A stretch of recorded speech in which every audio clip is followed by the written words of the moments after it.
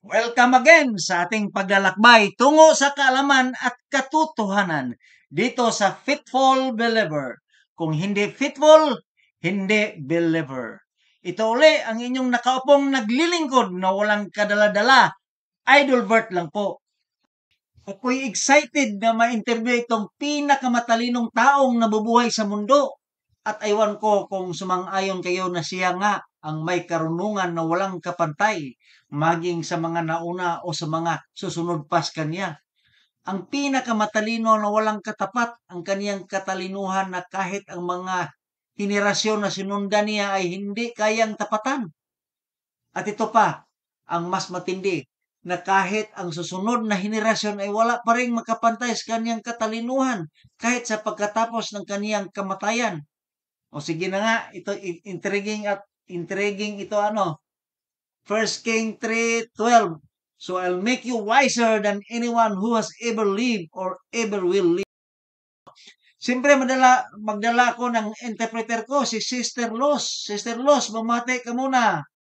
Magandang araw sa inyong lahat mga taga-subaybay. Kung hindi pa kayo nag-like or nag-subscribe, pakipindot na lang ang mga button para naman ganahan kaming gumawa pa ng mga ganitong mga information at hinaluan ng kunting kaaliwan. At tungkol sa sinabi ni Idol Bert na ako'y interpreter, akala ko ba ako ang mag-interview? Hindi. Tayong dalawa. Kasi alam mo naman, itong pronunciation ko magkaroon ng double meaning, kaya dapat nandoon ka. Parang okay ka naman magsalita. Okay nga. Okay nga ako magsalita, pero English language yung interview natin. Pang high school lang tong English ko. Talo nga ako ni Bon na anak ko sa in English. Bigyan na lang kita ng example. This is true to life story. Noong college ako sa Manila, may report ako about Iliad. Si Homer ang writer noon, talagang nag-research ako. Ang misa ko puno ng mga libro, encyclopedia, dictionary, mayroon pang encyclopedia na dedicated lang sa mga karakter sa Iliad. Ang hirap na matuto noon, pero ngayon may cellphone ka lang at may internet. Ikabalik na sa isang buong kabinet ng libro ang dala mong ang dala noong araw. Mayroon ba akong moral lesson nito? Ang moral lesson mo ay mas madaling matuto ngayon at walang kahirap-hirap kumpara noong araw. Ganun na nga. Ituloy ko ang story ko. Siyempre, excited ako. May confidence ako dahil prepared ako. Ngayon, to make the story short, ito ang aking report. My report is all about Iliad. The poet was Homer, who was born 800 years before Christ. The teachers interrupted. Sabi niya, poet. Sabi ko, poet. Tumatawa na sila. Ang sama nga naman ng dating. Bisaya kasi. At hindi ko na-gets kaagad kung bakit sila tumawa. Kasi seryoso ako sa aking report. Sinisikreto ako sa aking kaklase kung bakit sila tumatawa. Kaya doon na ako nahiya. Hindi na ako nag-English major. Paborito ko naman ang subject na yon. Doon tagilid ako sa pronunciation. Kaya sinama kita para mayroon akong tagasalo. Nang bola? Sa akin. Kasi materik na bundok ang tatahakin natin. Pero hindi lang kita ipahamak doon ka na lang dumaan sa long way. From this point, poblasyon, dadaan ka ng paikot-ikot na daan patagbino, tapos angat sa paliran, ang rendezvous natin ang chapel, then proceed to our objective. Pero ang dadaanan ko, shortcut from here to Pinukawan, labay-labayan, then sa materik na bundok sa Limbo. Kailangan we should meet at the rendezvous 0800 hour military time. Alas 8 sa umaga yan, pero dahil pareho tayong sibilyan at Pilipino, maintindihan ko mali tayo ng isang oras o sobra pa. Pero alam mo, ang late sa usapan ay bintahoso yan. Bakit mo nasabi, Idol? Karanasan ko na yan noong nag-lecture ako ng 4 piece. Ang usapan sa meeting alas 8. Ang iba dumating sa wala pang alas 8. At ang iba sa tukma ng alas 8. Tapos nandoon lang naghihintay dahil wala pa ang iba. Ang nalit ay nakabintaha dahil nakapag-araro pa sila ng kanilang lupa ng mga isang oras bago numating ang alas 9 ng umaga. Samantala ang nauna ay wala nang nagawa sa isang oras. Sino nakabintaha sa kanila? Ang dumating sa eksaktong oras o ang nahuli sa oras na late? Siyempre, ang na-late dahil productive siya sa isang oras, samantala ang nauna ay walang ginawa. Kaya sinakyan ko na lang ang ganong pag-uugali. Sabi ko sa kanila, dahil ang iba sa inyo ay bintahoso, gustong malit dahil alam nila na malit naman talaga ang iba at yan ay pamintaha. Ngayon, kailangan lahat makabintaha, sabay-sabay tayong malit. Alas 8 ng umaga ang usapan, sabay-sabay tayong malit bukas alas 9 sa umaga. Is that clear? Yes, sir. Sasakyan mo pa rin ang kanilang pag-uugali. Hindi ka magmotor? Hindi halata napatawa ka, Sister Los. See you tomorrow. Tomorrow comes today.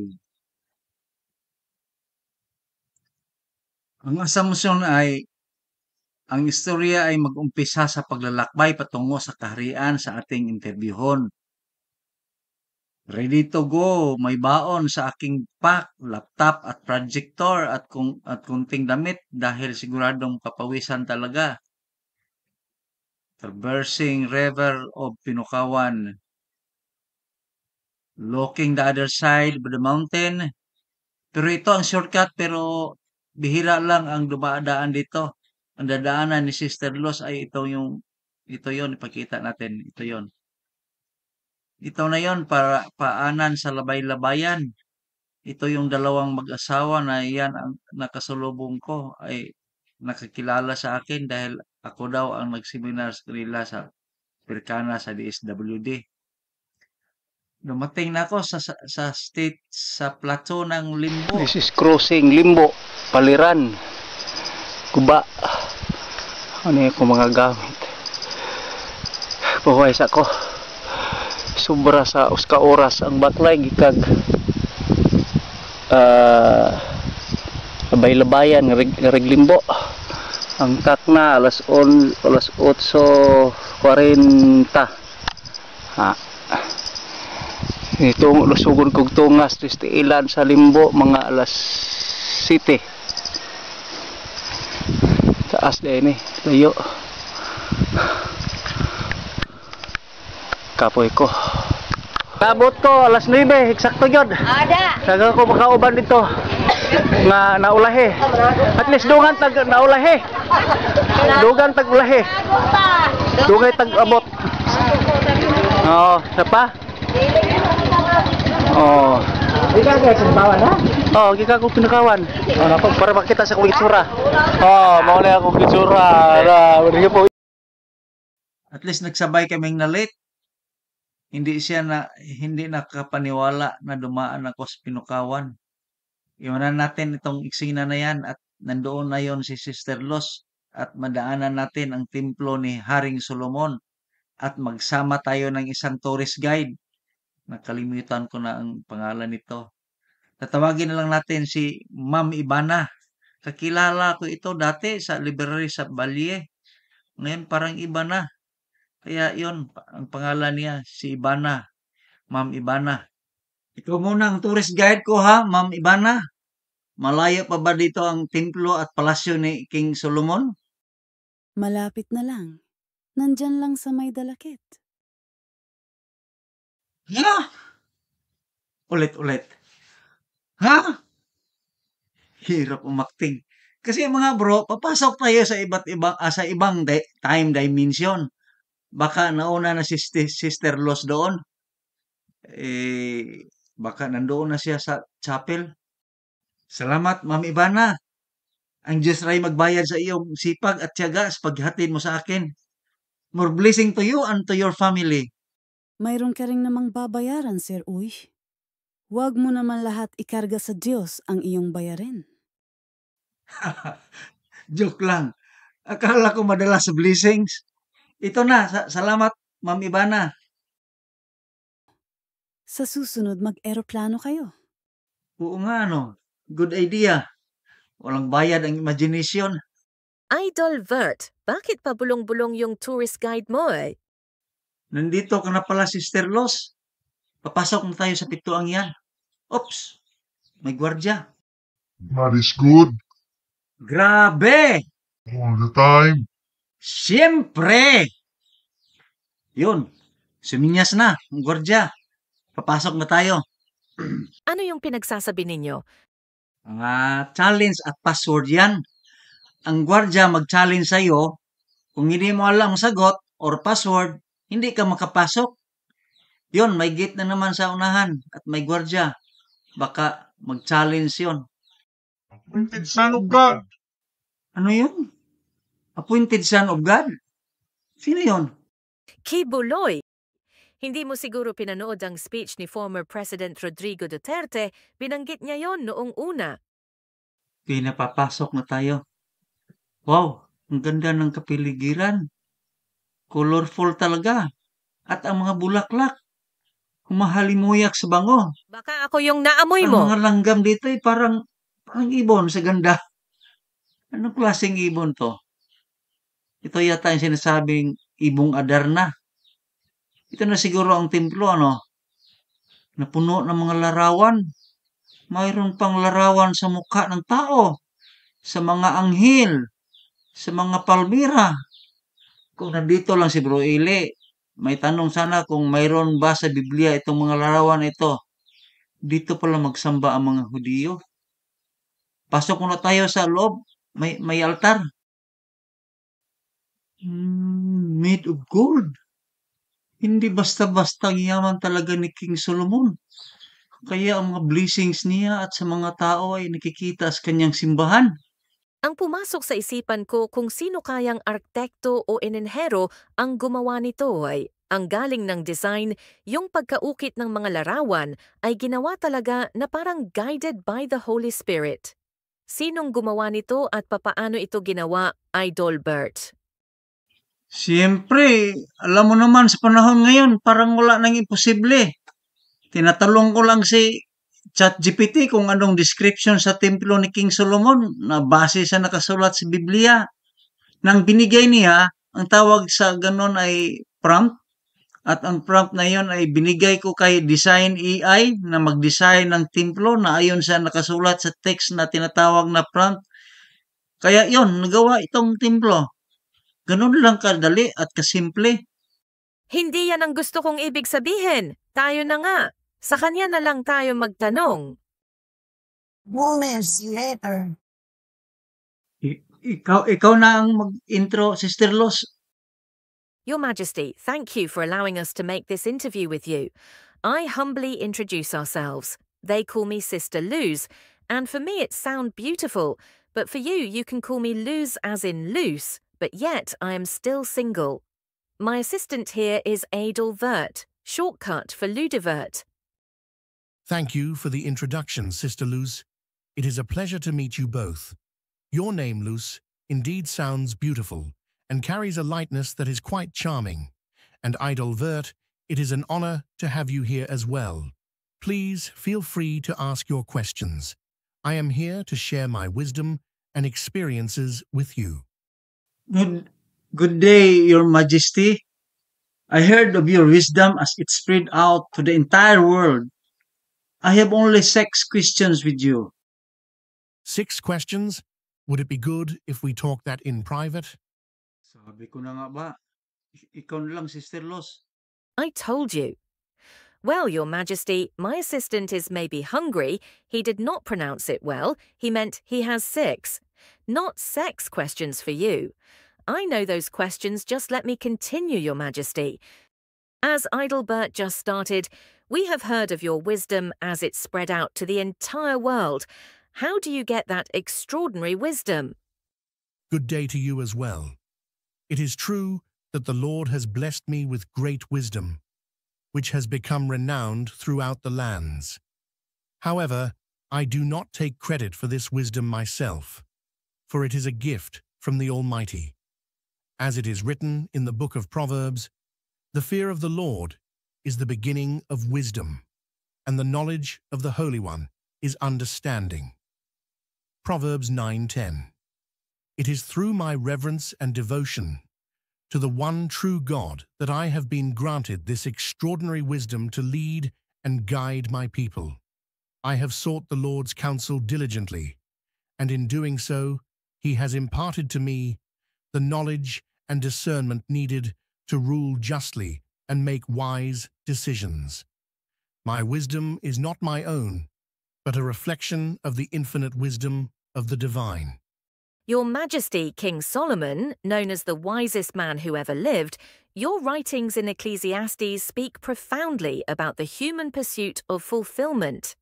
In a world constantly seeking more, how would you advise someone to find contentment? I have seen all the things that are done under the sun. All of them are meaningless, a chasing after the wind. Ecclesiastes 1:14.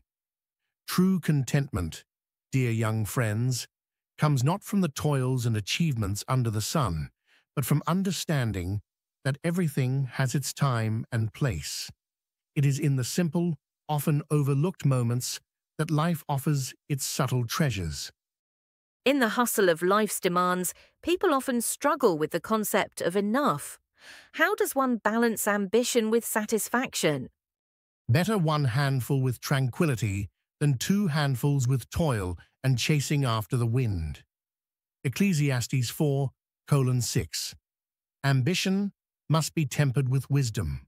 Strive, but do not lose yourself to the endless chase. For in quietness and trust, one finds the strength to enjoy the fruits of their labor. You have written many psalms, songs of praise, and lament.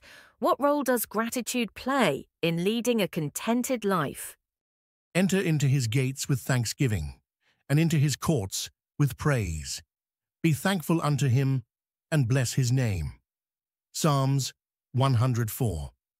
Gratitude turns what we have into enough and more. It bridges the gap between what we seek and what we possess. A grateful heart sees the abundance of the present, not the scarcity of the future. Wealth and prosperity were your companions, yet you caution against their attraction. Can wealth bring contentment? He that loveth silver shall not be satisfied with silver, nor he that loveth abundance with increase. This is also vanity.